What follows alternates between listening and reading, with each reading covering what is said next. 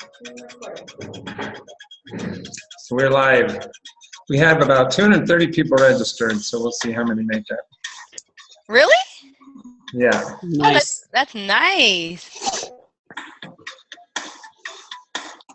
Can we see their chat, like their questions? No, actually, we're going to have to share them over, so Zoom doesn't do that. So, hello, everyone that is here, and welcome to the first official desktop time. We're really happy that you're able to join us today, and we're very happy to have our very esteemed guests here with us today that we're going to introduce and talk to in just a moment.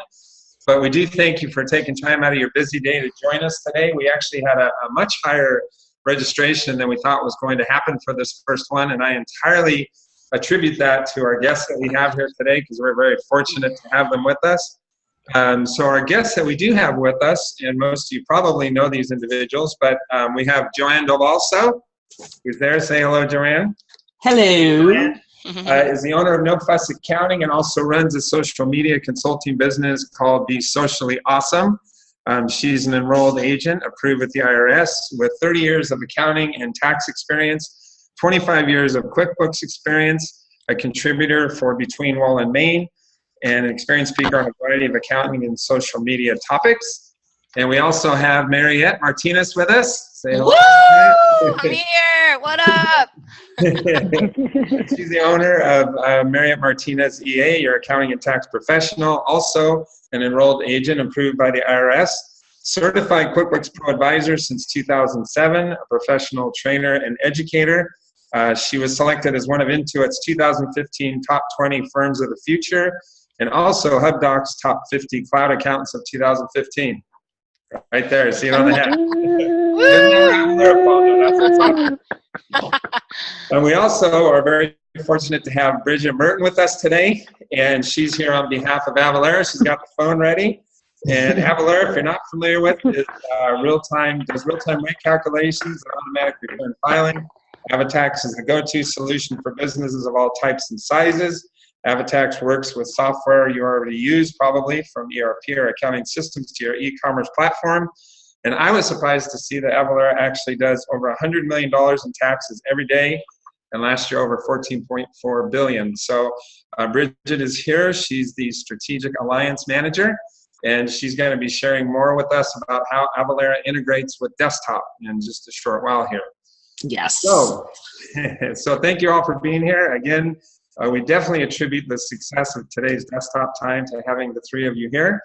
And with that, wanted to just give a brief introduction to what desktop time is really about. This forum was really started out of discussions we've had with a number of our clients for QBox, which we obviously have a sponsor of desktop time. And it was only magnified with our recent participation in QB Connect. We had a number of people come up to us and say, gee, we like QuickBooks Online and it's a good product, but we have people that want to stay on desktop for whatever reason. And that's also carried over through various discussions we've had with a number of our clients. So we created this forum with the hopes and opportunity of presenting to you folks that like to use the desktop version, or maybe even a desktop version of another software, the opportunity to learn about how you can integrate with cloud-based resources, learn from experts like our panel today about how that can be done, how they do it in their own practice, and also hear from some vendors that provide products that do integrate with desktop. So with that being said, I wanted to just, again, introduce Joanne and Mariette and give them a chance to introduce themselves and their own businesses, tell a little bit about what you do, and introduce yourself to our guests today. So we'll start with you, Joanne. Oh, okay. Yes, so I own a small accounting and tax practice in upstate New York. And the majority of my clients, I would have to say right now, are split between the ones that use the online product and the ones that still, for one reason or another, are still on the desktop product. I serve people across the country. So needing the ability to be able to communicate with them and to be able to get information back and forth is like very high priority for me. And so what I've done with the clients, let's put it this way. There are clients that just at this point in time, honestly, can't be on QuickBooks Online. There are certain limitations to what the online product does. It's great for what it does. It's great for a certain clientele, but there are some clients that just really are better served reporting wise, et cetera, with the desktop product. So with that said, what my struggle was up until I came across QBox, my struggle was dealing with getting the information back and forth by using, we were using the accountant's copy, which I'm sure if you're on this call and you're an accountant and you're a bookkeeper, you're very familiar with working with the accountant's copy, which means it takes a snapshot at a split time, and you can work on the product going backwards, and they can work on the product moving forward in time, but they can't make any changes. So sometimes what that does is it messes up the client's bank recs. If they've wanted to change something, it really becomes sometimes just a hindrance to have to work with the accountant's copy. When I found out exactly what QBox could do, it was literally like, it was a game changer, like seriously a game changer. And as soon as I saw what it did, I'm like, everybody on desktop, it's not even a question. You're going on QBox for me, because it just makes our lives so much easier. And I'll say this, and see, Cosmo agrees. I didn't introduce that guest. Who is that? Yes. Cosmo, come here. So, and I have to say this, is that the clients are Cosmo. Cosmo, welcome. Cosmo loves QBox, QuickBooks, and Avalara. He says he wants swag. So the clients that, are better served with desktop, that have to use their computers during the day, it is so much easier for me now to, when they leave at night, they just shut down their QuickBooks, and then we can work on their file in the evening time. And when they come up, when they open it back up the next day, all the changes are there. So it's like more real-time changes for them. And if I ever needed to look at something really quick, I could just open up, look at a copy. So it's kind of taken the desktop for me, and it's using that cloud-based solution to be able to get the information back and forth. So using that has been a game changer for me. And also I would have to say the other big product that is a online game changer for me is HubDoc. The majority of my clients, I love HubDoc. Mariette, you got the HubDoc hat on, right? I try to get as many of my I do give my clients two choices. You can use box.com to get me the information, or you can pay $20 a month and just let HubDoc do it for you. And HubDoc will go out and fetch bank statements for me so that we can have everything there. For banks that offer CSVs, it gives us the CSVs that we can easily batch post into QuickBooks Desktop. And, also they can send me receipts if they want to. It doesn't yet integrate like receipt-wise with the desktop product, but it's easily can be that option for people to actually keep all the receipts in one place and know where everything is, and it's searchable. And I just love HubDoc. So those two things, I would say in the end of 2015, 2016, those two products alone, integrating them, have totally transformed how I work with my desktop clients. Okay, excellent. Thank you very much. And actually, interestingly enough, if we're talking about QBox for just a moment, we actually released a new resource we call an archive folder, which we'll be doing a re-release in another month or so. But that also will allow you the ability now to share the attachments to a QuickBooks file with a remote shared user. So if someone's interested in doing that, we already have some folks using it, and we tested it for several months. So awesome. Just to throw that out there, people that are using QBox. So thank you for sharing that very much. Yes. I noticed that Cosmo is getting a lot of fan support here already. And everybody loves Cosmo? Yeah, Cosmo's a celebrity already. So Mariette, tell us a little bit about your business practice. Yeah, so I'm actually also in, Joanne and I have a lot in common. We both have cloud-based practices. We're both enrolled agents. We also do a lot of professional training, and we both embrace the cloud. Actually, that's how we met, is through online. So I absolutely, what she said, I agree on. I really started using QBox because my entire practice, I made a goal that I wanted to be cloud-based for every client that I onboarded. But as she mentioned, there are times when a client really is just an advisor, we wouldn't advise them to go to an online solution yet, be QuickBooks Online. We just felt like they're really set up good in a QuickBooks desktop product. It's working beautifully for them, but we still want to have that cloud integration, and we want to be able to work efficiently and productively and from anywhere with them. Mm-hmm. And honestly, for me, and I just spoke to someone right before this call, a client, and I told them that this is the only solution that allows me to still have desktop clients in a cloud-based solution, because I can access their files from anywhere at any time. And so that's why I use it. And obviously I want to make sure you guys really understand what we're talking about when it comes to that. So there's so many resources out there. Seth David has one on QBox. Obviously, Chris Wise has some how to use QBox.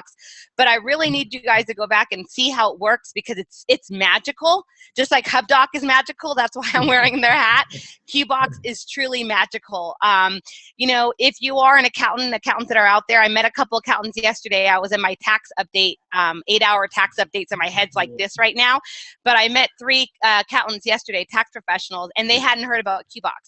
And we were talking about passing accountants copies back and forth. And I was just like, guess what, guys? I haven't done that in 2 years. And they're like, what? And I said, yeah. And they said, well, how do you do their tax return? I said, we have a QBox account, and I log in their account in real time. I fix up their books. Then I do my tax adjustments in real time, and we're always on a live file.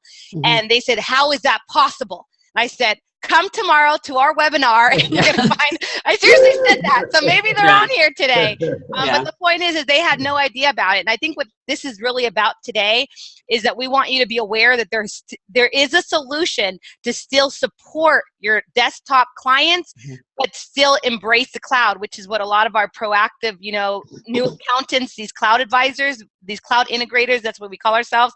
We want to be proactive. We want to be forward thinking, but we don't want to push you out of a solution that's working.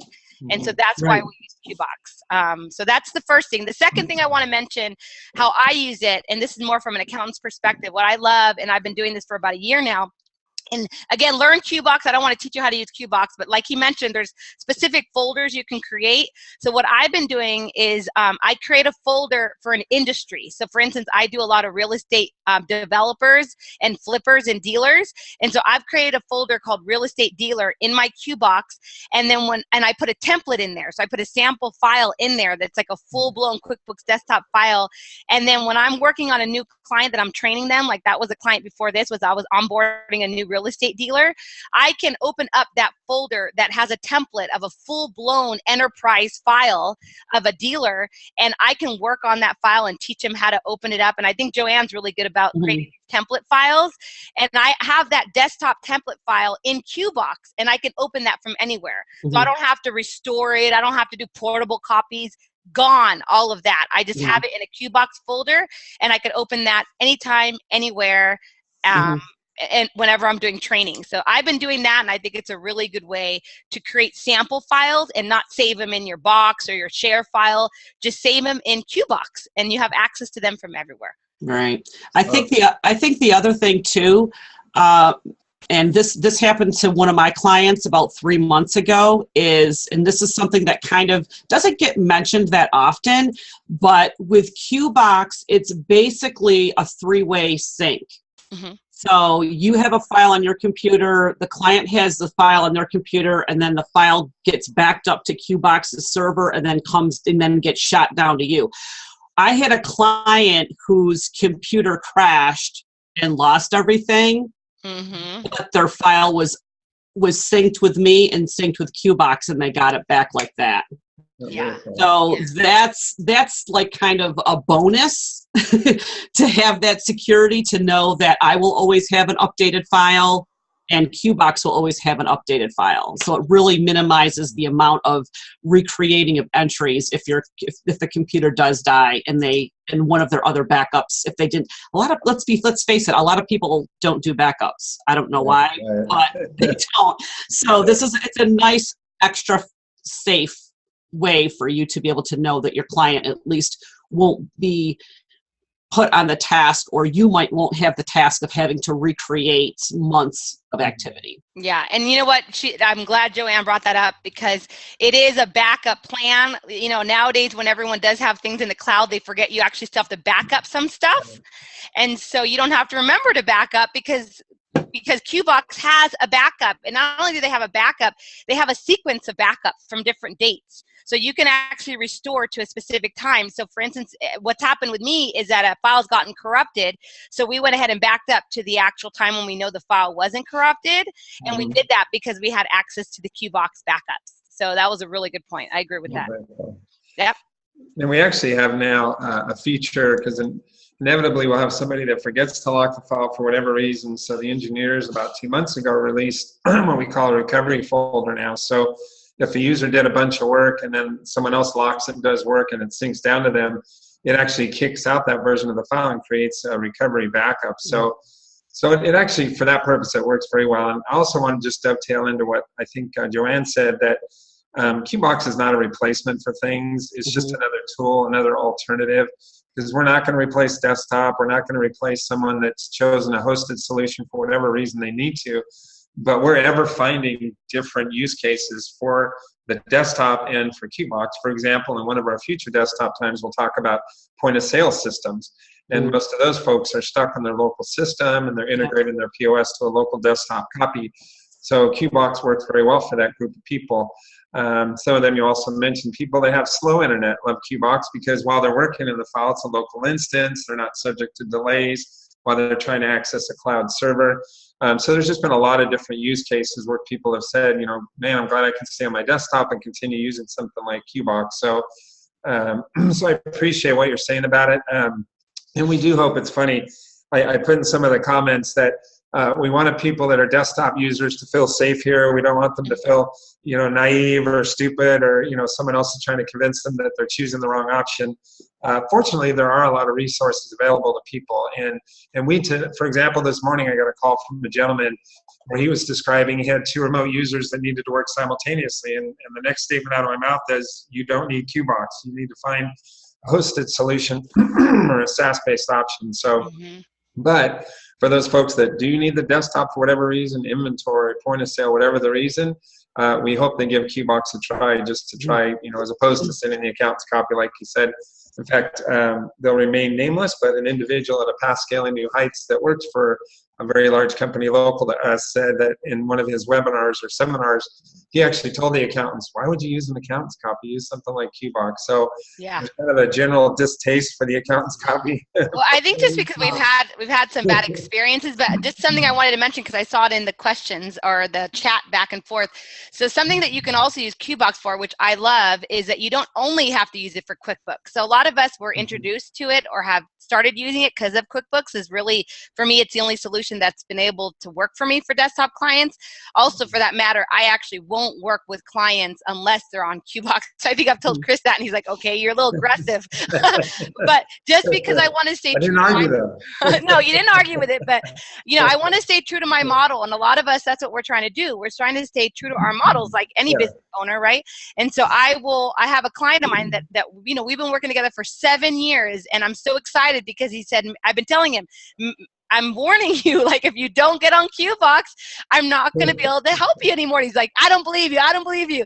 So this year, in the beginning of the year, we had our, like, you know, come to Jesus. And I come to Jesus moment. Yeah, seriously. I said, so are you ready? Because, you know, this is it. And he's like, were you being serious? I'm like, yeah, I'm serious. And so he actually already went ahead and he had to set up a domain name, because you maybe want to talk about that, about the domain name in regards to having to set up the multi-user, but he set up his domain name, and now he's going to contact Chris for his QBox account. But, you know, again, staying true to my model, because I believe it's the best way to do it. But him and I not only share QuickBooks, we also share other files. So we share Excel files, and so we're actually putting other files in our shared folder too, which he really likes. He's like, oh, so I only have one folder and everything we work on a monthly basis is going to be in there. And he loved that idea, because now it's like he doesn't have to go to Dropbox or email or all these different platforms. He's just going to go in his QBox folder, and that's where everything's going to be. So he was really excited about that. Yeah. Yeah, and each, for you, I know you guys are aware of this, but each QBox sync folder has 10 gigabytes of capacity. So we don't care if you share 20 QuickBooks files or 100, That's Word amazing. documents or PDFs, but you can share any of those other formats. So we mentioned some of them, any of the Office formats, so Excel, Word, PowerPoint Access, or image files, so PDFs, JPEGs, PNGs. In fact, I saw some of the discussion going on. They were talking about copies of W-9s in PDF form. So absolutely, you can share those as PDF formats. So, I mean, people come to us to buy it for QuickBooks, but when they hear, oh, by the way, I can share other stuff, then they're always excited about that, and they'll use it to share those other documents. So that, like you said, they can do it in one place. So it's like hopefully easier doing that. So I can't tell you how many times. And this is what would frustrate me the most, is that a client would send me an accountant's copy, and you all know that when you have to send the accountant's copy, if you send it through the Intuit server, you have to put a passcode on it. And it's usually a different passcode than what the code is to actually log into the QuickBooks file. I can't tell you how many times somebody would send me the file, and then I'd be like, okay, what's the passcode? What are you talking about? You have my QuickBooks passcode. No. The one that you sent through the server, they made you put I don't remember that. Or they give me the wrong passcode, and you literally will spend 20 minutes to a half an hour then they have to cancel it and resend it anyways. Yeah. So end of the days of the accountant's copy, done. Right. Done. Put a fork in it. It's over. It's over, accountant's copy. One other thing I forgot to mention too, we were shocked and amazed how many people don't back up their files too when we released QBox. And so one of the annoying messages people get from time to time from QBox basically says, hey, you should think about doing a local copy, and they'll ask us, why is that? Well, QuickBooks does its own, what I call in simple terms, cleanup process of a file when you back it up locally, called verification. So all QBox does is when it sees the log file or TLG is getting too bulky, then it knows they haven't done a recent local backup and done the verification process. So it'll alarm the people. And so they'll call and say, hey, what's up with the message? I thought QBox is backing up my file. So, we'll try to explain that to you. Yeah. So that obviously has to do with the health of the file overall. So, but as Mariette mentioned, QBox does keep 20 versions of the file in the cloud at all times. So a lot of people aren't aware that they can roll back to a previous version. Biggest use case for that one is where an accountant or bookkeeper inadvertently updates a file to a newer version. They're busy, they click yes, update the file. Client calls screaming saying, why are you trying to sell me a newer QuickBooks license? And so they can easily roll it back from there. So appreciate all those comments about QBox. So so give it a try. Really appreciate you guys sharing your experience with QBox, and we hope everyone gives it a try. If you are a desktop user and you're looking for a simpler way to share your file, then we hope you find QBox to be a good solution. And the first 30 days are free. When you sign up, no credit card, no information. You just sign up, download it, give it a shot, and hopefully it works out well for you. And if you have any issues, give us a call. We actually answer our phones here. So they that's do. a kind of oddball thing about our company. So we love to help you. They do, and usually you talk to Chris, which is even better. Oh boy. When I'm here, I do answer when I'm here. So, but we do have other folks that would be happy to help you as well. So thank you very much for all of that. So I think at this point, I'm actually going to kind of shift gears and turn the floor over to Bridget and allow her to introduce herself and Avalara, and also give us kind of an overview of what she'll be talking about today. And she has some slides to share with us as well. So Bridget, with that, I'm going to give you the floor. Okay, great. Thanks.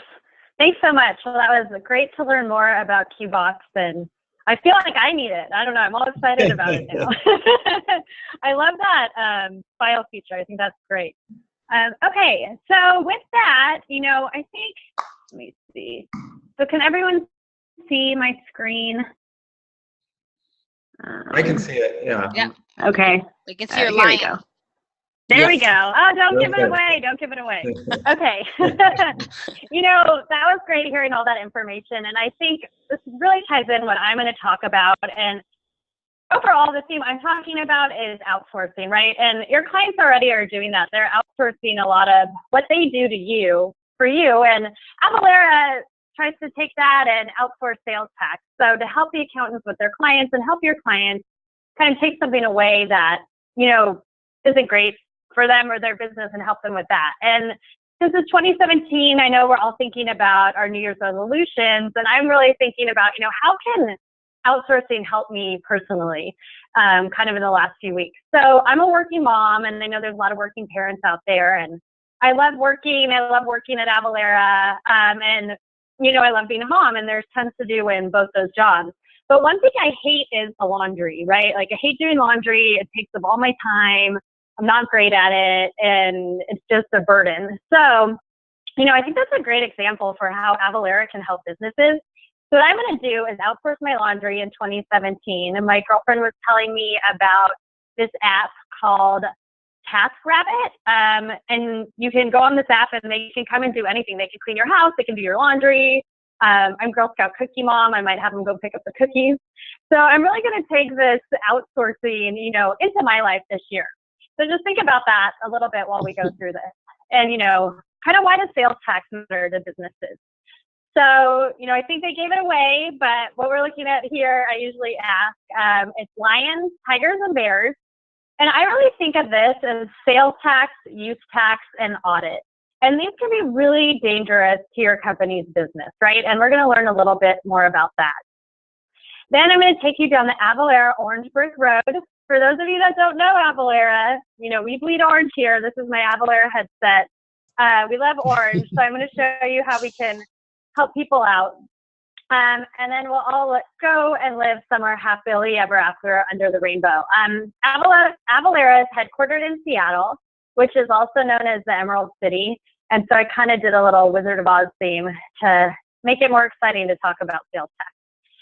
So lions, tigers, and bears are sales tax, use tax, and audit. Why are these so dangerous to your business or your client's business? Well, this is why Avalara is in business. Basically, 48% of accountants from this Wakefield research study think that it would be easier to master a Rubik's Cube than sales and use tax laws. And I don't know about you, but the only time I've ever finished a Rubik's Cube was when I would peel all the stickers off and I would stick them on and show my brother, say, hey, check this out. I mastered the Rubik's Cube. So, it's pretty difficult. And 69% say that understanding sales tax compliance is one of the most confusing aspects of an accounting job team. It's not easy to get this stuff right. And when are businesses thinking about sales tax? Well, the number one time, and I'm sure, you accountants on the phone know this, is during an audit, and that's just too late. I was at a QuickBooks meetup a couple months ago, and, poor Nancy came in and said she thought she might be audited. They had never collected sales tax. It was her ex-husband's business. It was this total mess, right? And, at that point, it's kind of too late for Avalara to help her out. But that's always the time people think about it. Another time is when you're expanding into new businesses, adding products or services. If you start selling online, that's the time a lot of people, sales tax comes up, or going into different states and having remote offices. Also, I'm in California. A lot of times people will move out of California to a less expensive state, and that can create sales tax nexus there. So that's another time to think about it as well. And for those of you that don't know, nexus is a connection between your business and a state. So it used to be, you had a business, you were in California, you sold things in California, that's where you collected sales tax. But with the switch to e-commerce and fulfillment by Amazon, that's like the where nexus is now is really tricky to figure out where you have sales tax. Because maybe you're in California, but you have a warehouse in New York or Arizona. Your product is going all over the place to different states, and that's creating confusion in sales tax. And that's where it gets confusing to figure this out. So here are just some things to ask your clients or your business, have you created nexus? Have things changed? Do you have traveling salespeople? At one point, Amazon employees were not allowed to talk on their cell phones or even open their laptops in the Chicago airport, because that's when, Chicago was really trying to nail Amazon for sales tax. And that's shifted now, but, that could be a trigger for nexus. Do you have contract labor? As we talked about other representatives in the states, and people move to different states. I see that happening more and more every time I talk to people. Do you own or lease property? Do you promote your products in other states? This is called affiliate nexus. So for example, you could be in California and you could have an affiliate in New York and you're advertising on their website through a click-through advertisement, and this is called affiliate or click-through nexus. When someone clicks on that, that can create nexus for you in that state from that pop-up ad, and now you have to collect sales tax there for all sales. And have you participated in trade shows in New York or Chicago? That's a big one too. Tons of people go to trade shows there. So just be sure to look for that as well. And this is growing every year. A big one for 2017 is economic nexus. So you don't even have to be in that state. Just the amount of sales you do, some states it's over $100,000 in sales, will create nexus for you in that state. And that I would look for in probably coming to the Supreme Court in the next few years. And so product taxability. This is where I think it gets really exciting with Avalara, right? Most people think of sales tax in terms of zip codes and rates. But the great thing about Avalara and the really complicated thing about sales tax is in product taxability. So if you're using a zip code, it's not going to tell you if your bagel in New York is sliced or not. So the reason why, does anyone know, I know everyone's on mute, but are there any guesses if why the sliced bagel is taxable and a whole bagel is exempt in New York? Because the sliced bagel means that it was prepared. Right, exactly. There was a service on that bagel. Yeah, I'm in New York. Nailed it. You nailed it. You're buying the whole bagel. You're saving that money. Yeah, exactly. Yeah, slice it in the car. Slice it in the car. That's right. This is also a great way to save money as a consumer. I'll give you some tips. For example, donuts in Texas. If you have under 5 donuts, it's taxable, but more than that, it's exempt. And this is if it's there to go, right? If you have 5 or less donuts, you're going to eat them there, and it's taxable. If you have more than that, then that's exempt. So with that, I always thought when I was going to a fast food place, they would ask me if it's here to go to see what bag I wanted, but they really want to know if they're supposed to charge you sales tax or not. So that's another example too. And these are a few of the thousands of examples of product taxability, right? Snow removal in the Midwest. In Ohio, it's taxable. It's exempt in Illinois. I was in Minnesota a few months ago, and it's taxable in different cities, so down to the city level there. So this gets really, really complicated. Another favorite Avalara example is the candy bars. One has flour and is a food, and if it doesn't have flour, it's considered a candy, and that's why one's taxable and one isn't. So you can see how this gets really complicated. The map we're looking at behind us shows the over 11,000 sales tax jurisdictions, and you can see how these, especially in some certain states like Louisiana, run through a zip code. So, someone can have a different sales tax rate on a different side of the street, especially in Colorado, or if you're by a stadium, a lot of times there's stadium taxes on closer parts of the zip code than others. And all of this information goes into making up that sales tax rate. So you can tell sales tax is time-consuming, risk-prone, and expensive. With all these changes going on, wow, people must spend a lot of time updating this.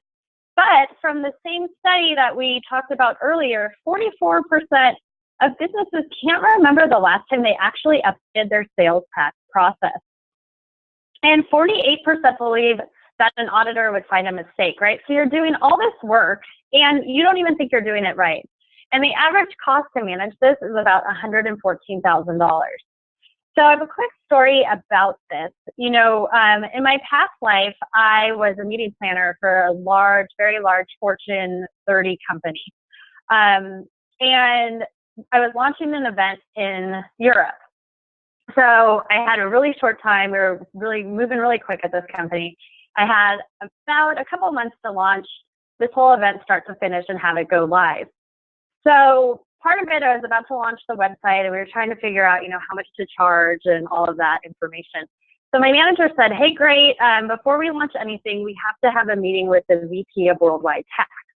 And I was like, wow, why are we having a meeting with this person? It doesn't seem like, this has a lot to do with events. So when I went into the meeting, you know, he was really concerned about tax and that tax and how we were going to charge. And, you know, a reason for that is, you know, he knew that if we got audited, it was going to be really costly to this company, and this event would be a great place where auditors could look at. So I went home. He said he needed, you know, I think like 3 weeks to research this. So I went home, had a sleepless night, came back the next day, told my manager, hey, what if we just don't charge for this event? He's like, okay, well, how much would that cost? I said, it's going to cost about $50,000. And he said, great, let's do it. You know, that way we don't have to wait for the VP of Worldwide Tax, and we can all move on and, you know, have a great event. So that's what we did. And that's an extreme example of how far businesses will go to make, you know, to not deal with sales tax. Because, you know, they knew that the audit, you know, we were taking a $50,000 loss, but at the chance of audit, it might cost $114,000 or even more. So with all that in mind and how dangerous it can be to your business, let's talk a little bit about Avalara and how we work with QuickBooks Desktop and how we can help you from sales tax. So Avalara connects with over 400 accounting and ERP systems, including QuickBooks, Fishbowl, Magento, other products out there you might be using, Sage, Xero. And what we do is, this is a great hidden perk of Avalara, we validate and correct the address. So we get down to the exact address, just not the zip code. So if you're shipping anything, you will be ensured that this is going to go to the right address. Then we apply the right sourcing rules. You know, sales tax varies on the point of origin, the destination. Texas is a hybrid state, so it could vary from there. We assign the correct jurisdiction, all the up-to-date rules. Some places have tax holidays, not so much in California, but you know, certain places, especially around back to school, will do a tax holiday, so our system will look for that as well. And then we store all that information. You know, we do product taxability. Did that bagel get sliced or not? To calculate that rate. And here is how it looks in QuickBooks Desktop. You know, you go File, Avalara, you can configure it there. Where you're looking in the tax item, instead of seeing that rate, it's going to say AvaTax. And this is all on the back end. The front end invoice still looks the same, but this is just to show how it, you know, how it works and integrates with QuickBooks Desktop. And this is similar to QuickBooks Online as well. So you can see it here too, calculating sales tax. It's using AvaTax. And then we have a dashboard where you can see the breakdown of the tax and get lots of reporting from there as well. So as I mentioned, we've been around for over 11 years, 20,000 customers and growing, some really large customers. But where I think Avalara makes a huge impact is with the small customers as well. We save this business almost $40,000 annually. And to a small business, that can mean a lot. That can mean another employee. So I think that's great and where we really shine. So for those of you who don't know, last year, we slashed our QuickBooks Desktop pricing. It used to start around $800 a year. Now we start as little as $50 a year to start using AvaTax. So it's something that's really exciting, and you know, we want everyone out there to know. You can also buy it online. So when you start thinking of using software, you know, think of this in terms of outsourcing. You know, this is what I'm thinking about the laundry for myself, right? Is it too time consuming for me? This is taking too much of my time where I could be doing something that's better for my business, that's going to get me better results. Is it not an area of expertise? You know, for sales tax, very few people are experts in sales tax. And is my business getting more complicated? Is this a great time to outsource this to give me some time back? So that's a little about sales tax and Avalara. If you have any questions, we do also have a partner program for accountants. This is my email, my cell phone. Give me a call, let me know. I'd love to work with you. And we love QBox and working with all the QuickBooks accountants out there. So, you know, thanks so much for having me. Thank you so much, Bridget, for sharing today about Avalara and sales tax. That is so overwhelming. I was sitting here saying, gosh, I'm glad I'm not an accountant because I'm just not smart enough to do all of that. That would be, I was sharing a story. I met a gentleman in San Diego that was a sales tax expert, and he was describing how incredibly difficult it is, especially for the franchises, to figure out all of the sales tax where all of their different locations are at, and how they actually spend a lot of money in penalties because they don't necessarily administer it correctly. So I can imagine a resource like Avalara would be invaluable to them and would save them a lot of money. So thank you very much again for giving us an introduction and education as to AvaTax and how it works in managing your sales tax. Yeah. And one quick point to that too, you know, when I was in that QuickBooks meetup, I watched them build out the rate tables, and I thought, wow, God, that is so time consuming. Just by saving time from not having to build that out, I think is worth Avalara for me. Even if I didn't work here, it was just, that takes a lot of time. So give big props to all the bookkeepers out there. Yeah, exactly. That's a lot. To figure it out on your own, I can imagine, is just an immense task. And as we all know, taxes don't get easier, rules don't get simpler, they get more extrapolated every year, more expanded, more confusing. So having a resource like Avalara is absolutely invaluable. So thank you very much again. And again, you can see Bridget's contact information on the screen. So if you have any additional questions, please feel free to reach out to her. Or if you send us an email, we'll make sure we get you her contact information. So thank you again, Bridget. I'm actually going to shift gears for just a moment. I didn't mention, by the way, that our loyal producer today is Allison Garcia. She's been running things behind the scenes and answering questions. And she's actually going to post our first question of our desktop time today. So everyone has a few minutes to answer. I think it's going to be 3 to 5 minutes. So if you can give us just a quick idea of how often you actually currently use the desktop version of QuickBooks, that'd be very helpful for us. We're going to post another question in just a short while here as well.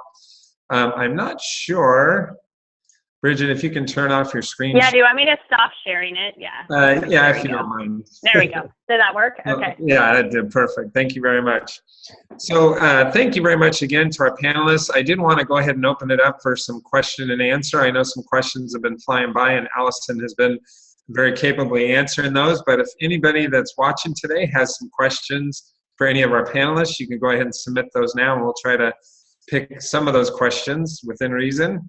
So go ahead and fire your questions in the chat feature. I did see one question they were asking about sales tax. Mostly a lot of compliments for your presentation, so good job on that. All right, so where are the questions?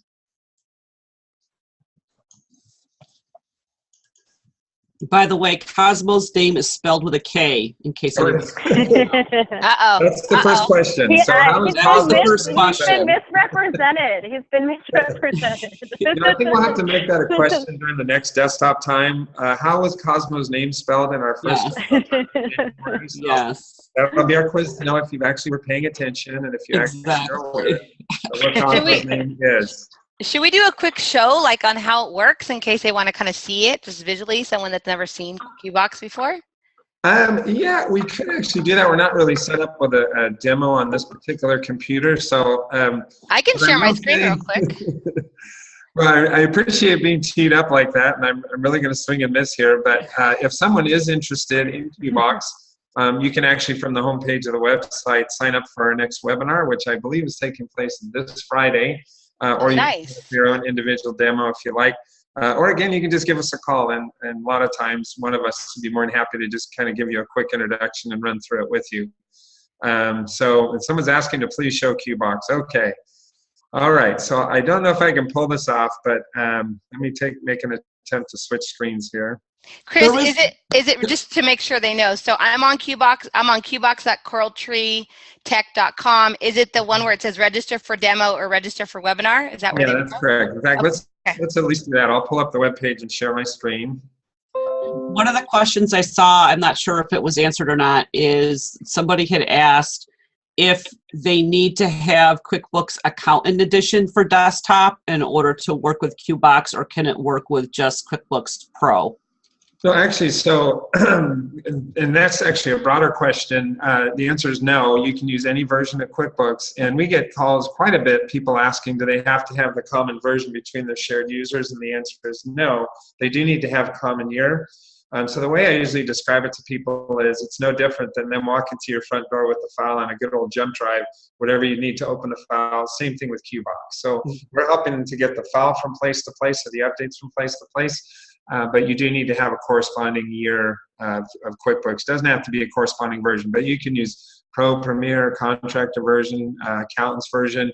The only thing, unfortunately, you can't use is the Mac version. We don't support the Mac operating system or the Mac version of QuickBooks, which nobody seems to. But we do have a large number of users and growing that are using Parallels and actually running Windows on their Mac, so they kind of toggle between the two. Usually not just for QBox, they're using it for some other applications that won't run on their Mac. But in that case, they're running QuickBooks and QBox on the Windows side, and it works very well. So, so that's an alternative. Not the greatest one, but we don't support the Mac operating system. So let me go ahead and share my screen, and I will at least show you the web page here. Chris, I think something that's important to note, because there's a few questions on there. So first, the multi-user. Do you want to explain a little bit about that? Because I know a few of us have clients that have multi-users, and we want to know how to use that. So that's a little tricky, but it gets done. I thought I was just going to come here to hang out and play with my Hey, I got to put you on the spot, buddy. Hey, I'm making you work. You got to work for that money. You got to work for that money. My golf clubs are waiting over there. I do work once in a while. So we do now offer what we call a group folder, which does work for a multi-user file. Within a local area network, and Mariette actually touched on that earlier, and probably a lot of people said, what's this about a domain, and why do they have to have a common domain? Excuse me 1 minute. Excuse me. So if you do have a multi-user file that you want to share within a local area network, you have to have what we call a group folder. And to achieve that, each user does need to be what we call a team member, which means for security reasons, they have to be on the same private email domain. So excuse me, if you need help with that, you can give us a call and we can help you to set that up. There's also information in our FAQs about group folders. But that only, again, applies to that local area network. The other users are still subject to the locking and syncing and waiting their turn. So kind of a quick introduction. So I'm going to share my screen and show you the desktop here. And there's also a question while you're looking that up. Is there a support for the setup or people that are using Avalara with QuickBooks and QBox? Is there any kind of support on that? I think that's for you, Bridget. Oh. To integrate or to? I think if they said the setup, so if someone wants to set up Avalara and QuickBooks and I guess on QBox, if there's support on that, on setting it up, I'm sure there is, right? On the setup? Avalara? Yeah, with Avalara. Bridget? You get that question, Bridget? Someone was asking if they can get support help when they're integrating Avalara with their QuickBooks file, their desktop file. Oh yeah, yes, yeah. We have a chat and online support, and we also have a phone number as well. So yeah, okay. Definitely you can get help with that. Okay, and then that actually. And then if you have I was going to say too, if you have a really complicated setup of QuickBooks and Avatax, we also have professional services too that can help you as well. Okay, excellent. And as it relates to QBox, we get this question a lot. People will call and say, you know, gosh, I'm using Avalara or T-Sheets or Expensify or anybody else. With QBox, all we're helping you to do is share the file. So we have no care if a user's entering data, if you're importing it from your bank or your point of sale or your payroll system. As long as the file is open and locked, that's all we care about. So it doesn't matter where the information is coming from. You can integrate any other resource with your file that you're sharing through QBox. So just real quickly, this is our homepage of our website. As I mentioned, when you sign up and start using QBox, everyone gets the first 30 days free. So when you sign up, you don't give us any credit card information, any billing information. In fact, you don't hear anything about paying a bill until about day 25 after starting. We'll send you a reminder email talking about the next month, and at that point you can decide if you want to move forward with it. But otherwise, from the homepage of the website, as I mentioned to Mariette, you can register for your own personal demo if you like, or you can sign up for our next webinar, which I did guess right, is this Friday. So you can join us. Both of them are actually the same. The webinar is a larger group of folks that are seeing that intro to QBox. Whereas a demo is a little more interactive. If you have some specific questions about any situations you're currently working with, then you can ask those questions at that time. So either one of those, or you can sign up and try it for free right from the home page of the website. And again, we're a little bit peculiar. We have our phone number right on the home page of the website. So if you have any questions, you can feel free to give us a call and we'll help you out with just any questions that you have. So I'm going to, with that, undo from that.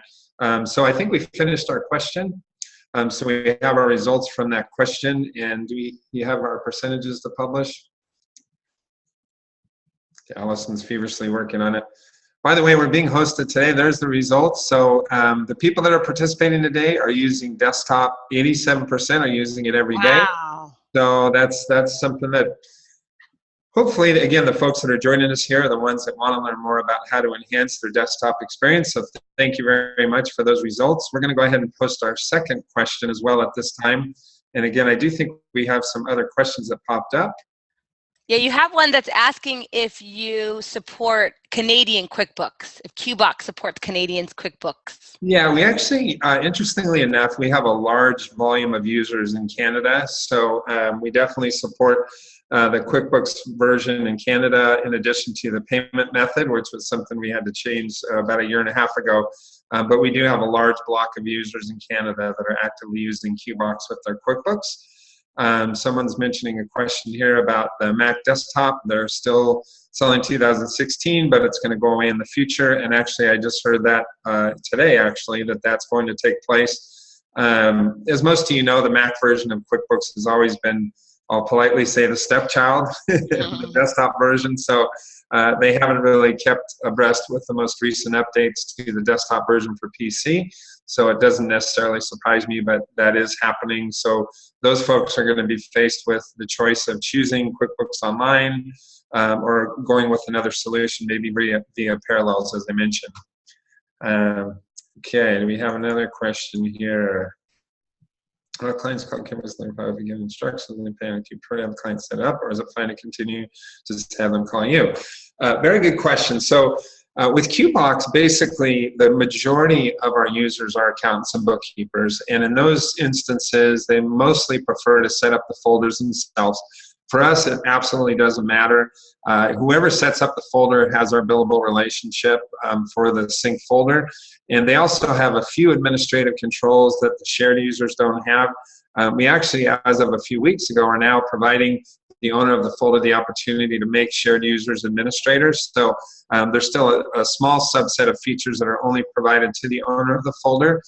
So really, it's up to you. It makes no difference to us. So the lion's share of our accountants and bookkeepers prefer to be the ones creating the folder, and then they're, most cases, doing some sort of pass-through of the cost to their clients. But I actually helped a client out yesterday where literally every one of their clients had invited them to their folders. So it makes no difference to us. I think in theory, maybe a little bit simpler administration if you're the owner of the folders, but it absolutely doesn't matter. It's entirely up to you.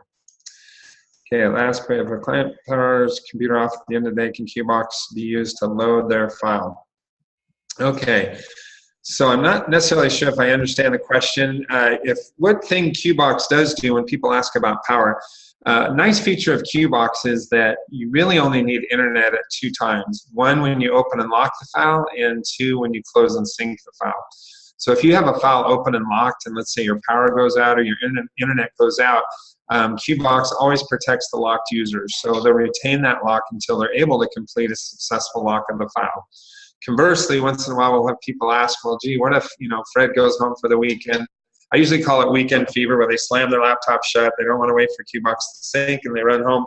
Unfortunately, the file will remain locked. There is the option for the owner of the folder to do what we call pushing the lock. But in that instance, if they go through with that process, their changes will not sync from that locked user. So not always the best option for people, but that is available if they want to do that.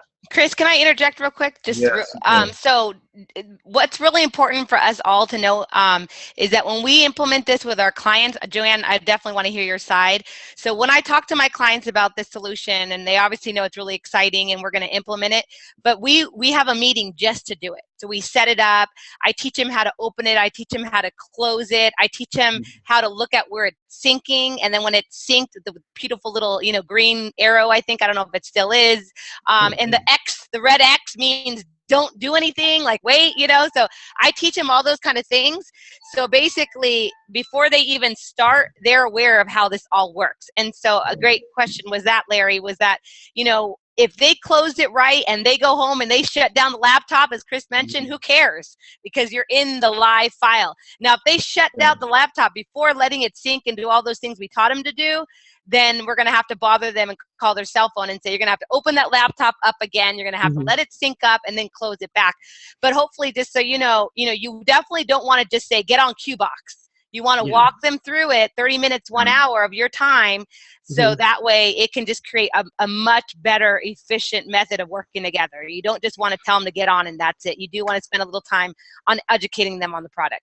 Yeah, I do the same thing. I meet with my clients. If they're local to me, I'll go right there and actually do the install right there. If they're remote clients, we'll do a Zoom meeting. I actually follow it up. Either way, I always record the session so they always have it available for them so that they can refer back to in case they forget something. I leave them little love notes. We set up a little love note and screenshot what they need to look for. And it's a little bit of an education for them because they don't just go to the QuickBooks software anymore. They have to open up the QBox to start the file. So, and that's just a slight change that they maybe are not used to. So, well, that's kind of, I usually tell our accountant and bookkeeper clients that, hey, we love to help you. So the first thing you do, there's no shame in the game. So, if you're not totally comfortable with the process, let us help you. And it's one of those things, once you've done it a few times, it's pretty intuitive. So, it's not some big arduous process that people get overwhelmed with, but I do definitely respect the fact that you want to make sure clients understand it, because we get those calls too sometimes where they say, well, I got this QBox thing, my file's in there, I'm not quite sure what to do with it. So once they've used it once or twice, incredibly intuitive. In fact, I used to laugh at people that whenever we get a call from an accountant saying, I have this Billy Bob client that's just not super tech savvy, and we'd say, great, they're going to love QBox because it's, once they've used it a couple times, they become very familiar with it. But I totally respect that you want to make sure they start out really understanding it and have a positive experience going forward. So. And another quick tip for the accountants out there is that I always teach my clients, even though we know that we can open the file in different ways, like we can actually go find the file and open it through some crazy folder, I tell them the only way they're ever able to open it is through QBox. There's no other way. That's what I tell them too. They're like, what do you mean? What about file open? No, that doesn't work anymore. That doesn't work. We're going to put this video in our help section and say, listen. But Joanne, you know what I'm talking about, right? Exactly. But they're like, wait a second. The only way you can do it is open up the QBox thing. That's the only way you can. I tell them the same thing. Yeah, and you know what? They like it after it because they're like, at first I was a little worried because they would be like, well, Mariette, I thought you said you were working in there, and I'm looking and I don't see your name is on. I'm like, darn it, you don't have to look at what I'm working. But the point is, like Joanne said, if it works, then just tell them that's the process. That's the workflow. Don't do anything else. And they love it. Yep. Clients want you to tell them what to do the right way, and they're super happy. Yeah. What I like to say is that, they don't know what they don't know. So, and it's up to you. Like when you have these appointments, when you're implementing a system like this, whether it's HubDoc, whether it's Avalara, whether it's QBox, and you're implementing these new systems, you're giving them the opportunity, or you're given the opportunity to actually show them things that they may not be aware of. It's a time for you to come in, and I actually take a look at my clients. When I go there, I take a look at my client's system.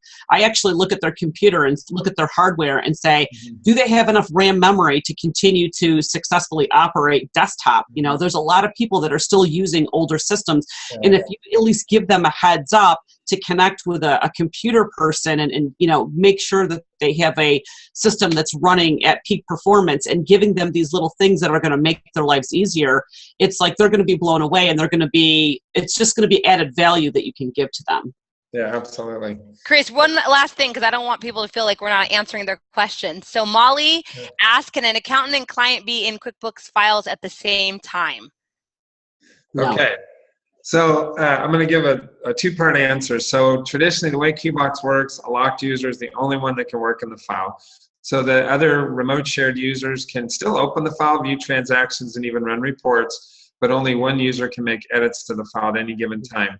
One very small exception I don't want to spend a lot of time talking with, but we do have some accountants that will lock the file in the morning, pull their own accountant copy locally, they'll work in that, release the lock back to the client, and then later in the day re-import that. not a practice used by the majority of our clients. Most of them just adhere to that whole locking and syncing and sharing process.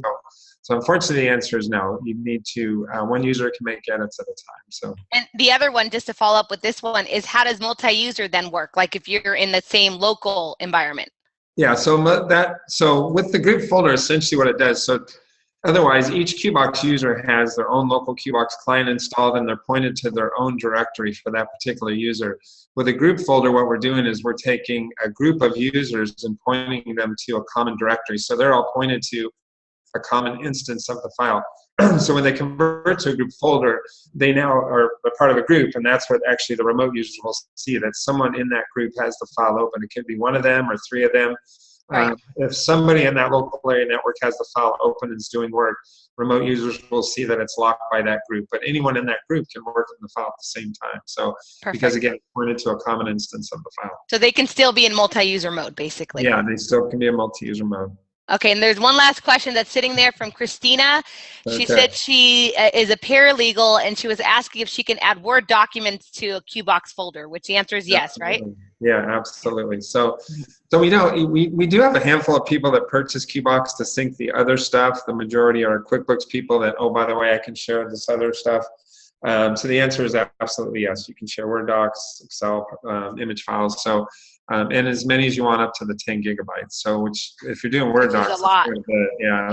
QuickBooks we have literally people, I've seen folders with 30, 40, 50 files in one folder. So if they're Word docs, you can put a lot of Word docs for 10 gigs. Definitely. Awesome. All right. Yep. Well, we have reached our official stop time. I am so grateful to all of you. Thank you so much, Mariette, Joanne, and Bridget. Like I said, you definitely made this first desktop time a success. Based on, yeah, there's the phone. I'm going to use mine. Her phone. Mariette's got hers. Joanne's got the phone fingers. She doesn't have her phone. I left my thing at home. But thank you to all of you for joining today. We hope you'll come back next month. We'll be announcing tomorrow who our guest speakers will be for our next desktop time. But this is going to be a tough act to follow because, again, you guys did a fantastic job. Really appreciate it. Thank you to everyone. Have a wonderful rest of your day, and we'll look forward to seeing you next month. Take care. Bye. Thank you for having us. Thanks, Chris. Bye, everyone. Did you turn it off?